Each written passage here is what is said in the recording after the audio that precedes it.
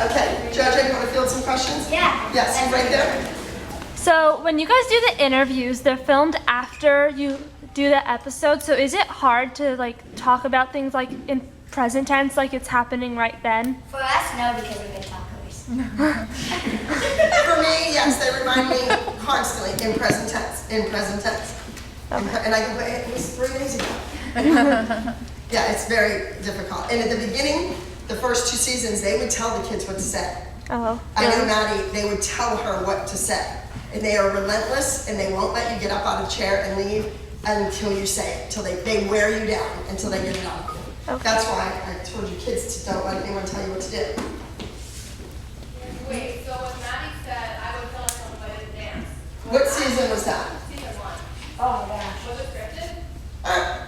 No, it's never scripted. Don't you think Kelly could have actually spoken sentences if it was scripted?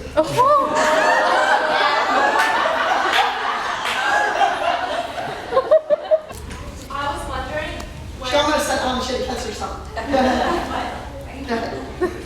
I was wondering when you do the recap episodes with the interviews, do you ever get angry, I guess, like mad again over Yes. You bring it back up the whole, Do yes. you ever get over it and then you have to go back? Yes. Can I put something? And then they have what's called pickup lines.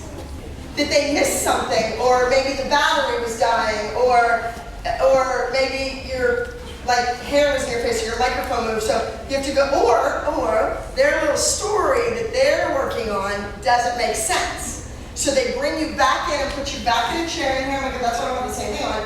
And then they want you to do these pickup lines, and they write them out. That's when the script comes in, and they want it to be verbatim, and then I just refuse. No, I'm not saying that. No, I'm not saying that. That's not what happened.